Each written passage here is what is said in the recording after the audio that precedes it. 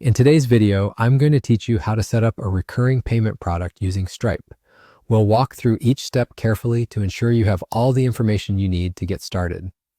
Whether you're a small business owner or someone who's new to using Stripe, this guide will help you create a product that charges your customers on a recurring basis.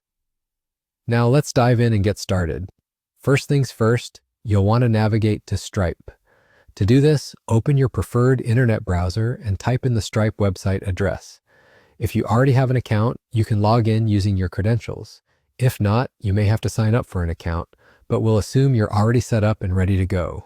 Once logged in, you'll find yourself on the Stripe dashboard, a robust tool that helps manage your transactions and products easily. Now that you're on the dashboard, look for the Product Catalog option. Clicking on this will take you to a new section where you can manage your existing products or add new ones. Our goal today is to create a new product, so you'll click on the Create a Product button. This is the starting point for setting up any payment method for your offerings. On the product creation page, it's time to input the details for your new product. Begin by entering a descriptive and catchy name for your product. This name will appear on receipts and invoices, so make sure it accurately reflects what you're offering. Next, add a detailed description. This is where you can inform your customer about the product or service. The more thorough and clear your details are here, the better your customers will understand what they are purchasing. If you wish, you can also upload an image for your product. This is optional, but can be a good way to visually communicate what you're selling.